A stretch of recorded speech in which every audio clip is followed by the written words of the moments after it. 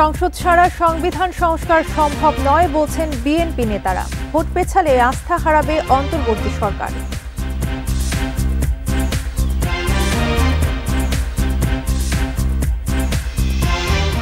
ইউরোপের রপ্তানিতে রোববার সিলেট থেকে শুরু হচ্ছে কার্গো ফ্লাইট। কৃষি পণ্য পাঠাতে রয়ে গেছে চ্যালেঞ্জ।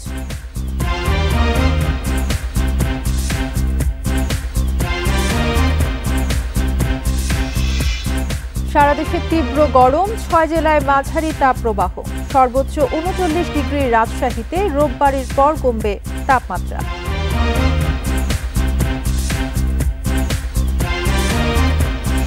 বান্ডেল থাকলে প্রতি সেনমানিতে টাকা বাঁচবে। বিকাশ সেনমানি বান্ডেল কিনে জিতুন প্রতি লেনদেনে। স্বাগত। বিরতিহীন রাত ৯টায় বাংলাদেশের সঙ্গে আছি তাসনিমে জান্নাত অর্থী। শিরোনাম শুনছিলেন, এবারে পুরো খবর। ঐকমত্য কমিশনের সঙ্গে সংস্কার প্রশ্নে ৩ দফা বৈঠকে বসেছে বিএনপি। তবে সংসদ ছাড়া সংবিধান সংস্কার অসম্ভব বলছেন দলটির নেতারা। জানাচ্ছেন, এই আলোচনায় নির্বাচন পেছালে ক্ষতিগ্রস্ত হবে দেশ। ডিসেম্বরের বদলে জুনে ভোটের চিন্তা করলে সমর্থন দেবেন না তারা। জনগণের আস্থাও হারাবে অন্তর্বর্তী সরকার। সংবিধান, বিচার বিভাগ, প্রশাসন সহ রাষ্ট্র সংস্কারে রাজনৈতিক দলের সঙ্গে চলছে ঐকমত্য কমিশনের সংলাপ। বিএনপির সঙ্গে বসেছে ৩ দফা। তবে এতে চূড়ান্ত কোনো সিদ্ধান্তে আসতে পারেনি কোনো পক্ষ। যে সমস্ত বিষয়ে হ্যাঁ না জবাবের জন্য যে শীট দিয়েছিল ওখানে উল্লেখ আছে, সেখানে আমরা বিস্তারিত রিপোর্টে গিয়ে দেখলাম বিস্তর ফারাক। বিএনপি নেতা খন্দকার মোশাররফ হোসেন বলছেন, সীমিত সময়ে কখনোই সংস্কার সম্ভব নয়। তাড়াহুড়ো করলে তা টেকসই তো হবেই না, উল্টো তৈরি হতে পারে আইনি জটিলতা। সংস্কার কিন্তু একটি সরকার একটি সীমিত সময়ের মধ্যে সংস্কার যে কোনো বিষয়ে করে শেষ করতে পারে না। জাতীয় সংসদ ছাড়া সংবিধানের যে সংশোধনীগুলো প্রয়োজন এগুলো কিন্তু করতে পারবে না। আমরা হাইকোর্টে রিট করেছিলাম সংবিধানের ৫ম সংশোধনী বাতিল করার জন্য, কিন্তু হাইকোর্ট কিন্তু কয়েকটি দফা বাতিলের কথা ঘোষণা করেছে। বাকিটা বলেছে যে পরবর্তী সংসদে সে বাকিগুলো সংশোধন করতে হবে। আরেক নেতা হাফিজউদ্দিন আহমেদ বলছেন, অন্তর্বর্তী সরকারের মূল কাজই হওয়া উচিত দ্রুত নির্বাচন আয়োজন। নির্বাচিত সরকার ছাড়া পূর্ণাঙ্গ সংস্কার সম্ভব নয়, তাই দ্রুত ভোটের বিকল্প নেই। ডিসেম্বরের থেকে যদি উনি এটাকে জুনে নিয়ে যান তাহলে আমাদের নতুন করে চিন্তা করতে হবে, এবং তখন এই ধরনের তৎপরতাকে প্রতিরোধ করার জন্য বিএনপি নিজেরা বসে নীতি নির্ধারণ পর্যায়ে বসে এ ব্যাপারে পরবর্তী কর্মসূচি গ্রহণ করা হবে। এটাকে আমরা মোটেই সমর্থন করি না। এই ডিসেম্বর, এতদিন ডিসেম্বর বলে আবার যদি তারা জুনের দিকে যায়, সেটি আমরা মনে করি যে আমাদের সাথে একটা বিরূপ আচরণ করা হবে। পাশাপাশি দ্রুত নির্বাচন আদায়ে সমমনা দলগুলোর সমর্থন পেতে এরই মধ্যে ধারাবাহিক বৈঠক চালিয়ে যাচ্ছে বিএনপি। মাহমুদ শরীফ, ইন্ডিপেন্ডেন্ট নিউজ, ঢাকা। নির্বাচনের বিকল্প হিসেবে সংস্কারকে দাঁড় করানো হচ্ছে বলে মন্তব্য করেছেন বিএনপির সিনিয়র যুগ্ম মহাসচিব রুহুল কবির রিজভী। শুক্রবার রাজধানীর গুলশানে এক আলোচনা সভায় এই মন্তব্য করেন তিনি। জুলাই আন্দোলনে শহীদ আব্দুল্লাহ বিন জাহিদের ক্যান্সার আক্রান্ত ছোট ভাই জিসানের জন্য অনুদান উপলক্ষে আলোচনা সভাটির আয়োজন করে আমরা বিএনপি পরিবার। রিজভী বলেন, এখনও ক্রান্তিকাল শেষ হয়নি। সরকারের উপদেষ্টাদের নামে মামলা প্রত্যাহার হলেও বিএনপি কর্মীসহ অনেক আন্দোলনকারীর নামে মামলা এখনও রয়ে গেছে। এ সময় আওয়ামী লীগকে বিচারিক প্রক্রিয়ার মাধ্যমে নিষিদ্ধের দাবি জানান দলটির যুগ্ম মহাসচিব শহীদউদ্দিন চৌধুরী আনি।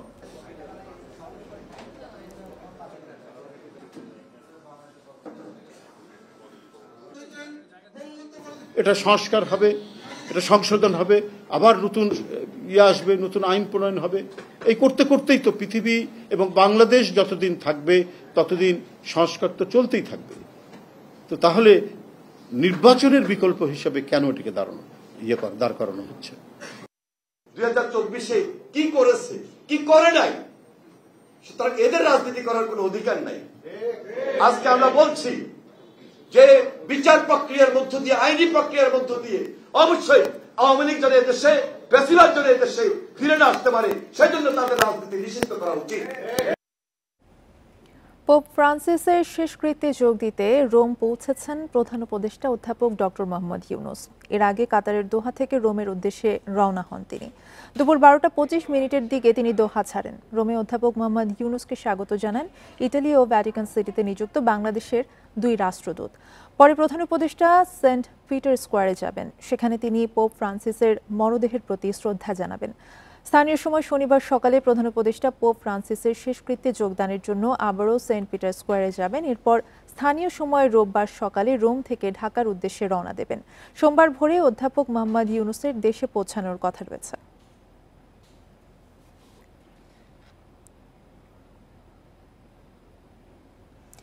রাজধানীর বনানীতে প্রাইম এশিয়া ইউনিভার্সিটির শিক্ষার্থী জাহিদুল ইসলাম পারভেজ হত্যা মামলার প্রধান আসামি মেহরাজ ইসলামকে 5 দিনের রিমান্ডে পাঠিয়েছে আদালত।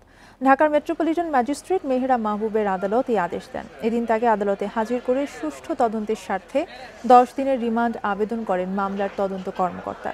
শুনানি শেষে বিচারক তার জামিন আবেদন নাকচ করে 5 দিনের রিমান্ড মঞ্জুর করেন। গত বুধবার গাইবান্ধা থেকে গ্রেফতার হন মেহরাজ। এর আগে মঙ্গলবার চট্টগ্রাম থেকে মাহাতির হাসান এবং কুমিল্লা থেকে হৃদয় মিয়াজি নামে 2 জন গ্রেফতার হন।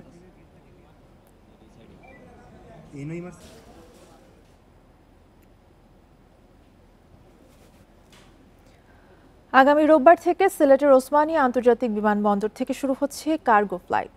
ইউরোপীয় ইউনিয়ন এবং যুক্তরাজ্যে পণ্য রপ্তানি করা হবে এই টার্মিনাল থেকে। তবে ব্যবসায়ীরা বলছেন প্যাকেজিং হাউস এবং সার্টিফিকেশন ল্যাব না থাকায় খাদ্য এবং কৃষি পণ্য রপ্তানি এখনও বেশ চ্যালেঞ্জিং। 2022 সালে সিলেট বিমানবন্দরে নির্মাণ করা হয় অত্যাধুনিক কার্গো টার্মিনাল, কিন্তু যুক্তরাজ্য সহ ইউরোপের অনুমোদিত প্যাকেজিং ব্যবস্থা না থাকায় এর কার্যক্রম শুরু করা যায়নি। অবশেষে আগামী রোববার চালু হচ্ছে টার্মিনাল। ফলে সিলেট অঞ্চলের কৃষিজ ও হিমায়িত খাদ্যপণ্য, ফুল, হস্তশিল্প, চামড়াজাত সহ বিভিন্ন পণ্য এখন আন্তর্জাতিক বাজারে সরাসরি পৌঁছাতে পারবে। এতে খুশি স্থানীয় ব্যবসায়ীরা। আমরা আসলে খুবই আনন্দিত এবং সিলেট চেম্বারের দীর্ঘদিনের দাবি ছিল এটা। আমরা এটা নিয়ে সরকারের বিভিন্ন দপ্তরে অতীতে এটা নিয়ে যোগাযোগ করেছি এবং চেষ্টা করেছি এখানে সিলেট থেকে একটা কার্গো বিমান চালু করার জন্য। প্রথম ধাপে স্পেনে 60 মেট্রিক টন গার্মেন্টস পণ্য রপ্তানির মাধ্যমে কার্গো টার্মিনালের যাত্রা শুরু হবে। সংশ্লিষ্টরা বলছেন নতুন টার্মিনাল রপ্তানি কার্যক্রম স্বাভাবিক রাখার পাশাপাশি বিভিন্ন দেশে পণ্য রপ্তানিতে নতুন সম্ভাবনা তৈরি করবে। স্পেন তো শুধু স্পেনের জন্য সে আবার যারা ফিদার আরও কোরিয়ার সাব করে ডিস্ট্রিবিউট করতে পারে, নেদারল্যান্ড পাঠাতে পারে, জার্মানি পাঠাতে পারে। টার্মিনালের প্যাকেজিং হাউস ও সার্টিফিকেশন ল্যাব দ্রুত চালুর দাবি ব্যবসায়ীদের। স্থানীয় কোনো ল্যাবও নাই, কোনো প্যাকেজিং সিস্টেমও নাই। আমার মনে হচ্ছে সরকার এই উদ্যোগ গ্রহণ করতেছে, আমি স্বাগত জানাই। সাথে সাথে সিলেটে একটা প্যাকেজিং সিস্টেম এবং ল্যাবের ব্যবস্থা গ্রহণ করা খুবই জরুরি। ওসমানী বিমানবন্দরে এরই মধ্যে আন্তর্জাতিক মানের কার্গো ওয়্যারহাউস নির্মাণ করা হয়েছে।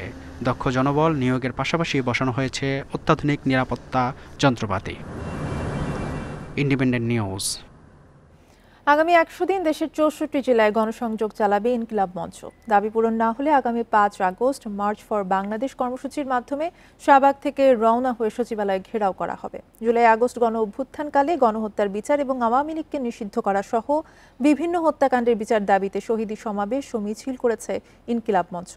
বিকেলে রাজধানীর শাহবাগে জাতীয় জাদুঘরের সামনে শহীদী সমাবেশে 4টি দাবি জানানো হয়। এর মধ্যে রয়েছে জুলাই গণহত্যার দৃশ্যমান বিচার ও আওয়ামী লীগকে রাজনৈতিক সমঝোতার মাধ্যমে নির্বাহী আদেশে নিষিদ্ধ ঘোষণা করা। এছাড়া শাপলা চত্বর ও পিলখানা হত্যাকাণ্ডের বিচারেরও দাবি জানানো হয়। আগামী 100 দিনের মধ্যে জুলাই গণহত্যার দৃশ্যমান বিচার শুরু করার কথা বলেন তারা।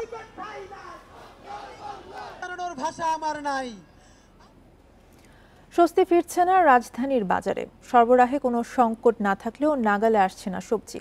বাড়তি পেঁয়াজের দামও সরু চালের কেজিও 90 টাকার ওপরে। বিক্রেতা নানা অজুহাত দিলেও বাজার তদারকির অভাবকেই এর বড় কারণ বলছেন ভোক্তারা।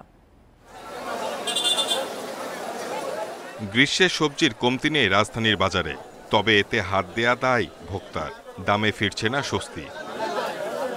বেগুন, কাকরোল, ধুন্দলের কেজি 100, শসা, পেঁপে, বরবটির জন্য গুনতে হচ্ছে অন্তত 60 টাকা।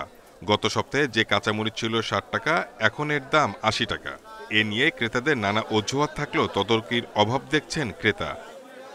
চাহিদা বেশি, মাল বিক্রিও বেশি হয়, দামও বেশি। বাজার তো তুলনামূলক রমজান মাসে ভালোই ছিল, নিয়ন্ত্রণ ছিল। এখন তো নাই, এখন আবার তদারকি কমে গেছে। তদারকি করলে আল্লাহর রহমতে আরো কমে যাবে আর কি। দাম বেড়েছে পেঁয়াজেরও, দেশি 60 থেকে 65 আর আমদানির পেঁয়াজের কেজি 50 টাকা। করলা মাত্র 40 টাকায় কিনলাম, আরো একদম পরিষ্কার সুন্দর করলা 50 টাকা পটল। অন্যদিকে 2 সপ্তাহ ধরেই চড়া চালের বাজার, সরু 90 থেকে 100 আর মোটা চালের কেজি 60 টাকার বেশি। তবে সরবরাহের কমতি নেই। যা দেখতেছি মানে আরো খালি বাড়তেই আছে, না কমার লক্ষণ নাই। ডিমের দামও ডজনে বেড়েছে 5 টাকা।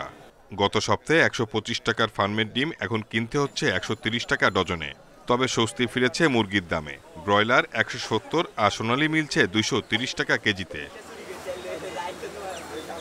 Shahid Ahmed, independent news, Dhaka. রাজশাহী বিভাগ এবং আরও 6 জেলায় বইছে তাপপ্রবাহ। আজ সর্বোচ্চ 39 ডিগ্রি সেলসিয়াস তাপমাত্রা রেকর্ড করা হয়েছে রাজশাহীতে। আবহাওয়া অধিদপ্তর জানিয়েছে, রাজশাহী বিভাগ এবং টাঙ্গাইল, মানিকগঞ্জ, দিনাজপুর, নীলফামারী, যশোর ও চুয়াডাঙ্গায় মৃদু থেকে মাঝারি তাপপ্রবাহ বয়ে যাচ্ছে। এই অবস্থা চলতে পারে রোববার পর্যন্ত, তবে এরপর তাপমাত্রা কিছুটা কমার সম্ভাবনা রয়েছে। এদিকে বৃষ্টির পূর্বাভাসে বলা হয়েছে, ময়মনসিংহ ও সিলেট বিভাগের 2-1টি জায়গায় অস্থায়ীভাবে দমকা হাওয়া সহ বৃষ্টি বা বজ্রসহ বৃষ্টি হতে পারে। এছাড়া অন্যান্য অঞ্চলে আকাশ আংশিক মেঘলা থাকলেও আবহাওয়া শুষ্ক থাকবে। সারা দেশে দিন ও রাতের তাপমাত্রা প্রায় একই রকম থাকবে।